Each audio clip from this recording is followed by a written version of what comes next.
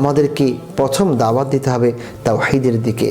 আল্লাহ সুবহানাহু ওয়া তাআলা একক, তিনি ছাড়া কোনো মাবুদ নাই এবং তার সঙ্গে কাউকে শরীক করা যাবে না। 2 নম্বর, দাওয়াত দিতে হবে বান্দার বা সৃষ্টির অধিকার সংশ্লিষ্ট হারাম বর্জন সম্পর্কে। 3 নম্বর হচ্ছে পরিবার এবং অধীনস্থদেরকে ইসলাম অনুসারে পরিচালিত করা। 4 নম্বর হচ্ছে অন্যান্য হারাম বর্জন করা। দেখা যায় আমরা অনেক সময় কতিপয় হারাম জানি, জেনে সেগুলোকে বর্জন করার চেষ্টা করি। অনেক হারাম সম্পর্কে আমাদের আইডিয়া নেই, আমাদের জ্ঞান না থাকার কারণে সেই সমস্ত হারামে মানুষ নিমজ্জিত হচ্ছে।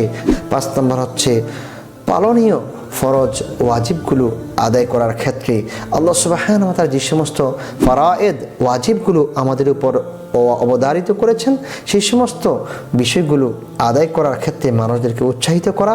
প্রিয় দর্শক, এই বিষয়গুলোকে সামনে রেখে যখন আমরা ইখলাসের সহিত দাওয়াতি কাজ করব, অবশ্যই আমাদের সমাজ পরিবর্তিত হবে, আমাদের সমাজে পরিবর্তন আসবে।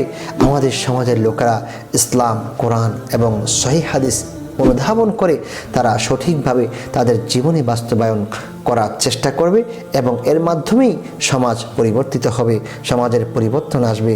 আল্লাহ সুবহানাহু ওয়া তাআলা আমাদের সকলকে একজন দায়ীর ভূমিকা পালন করার তৌফিক দান করুন। আমিন।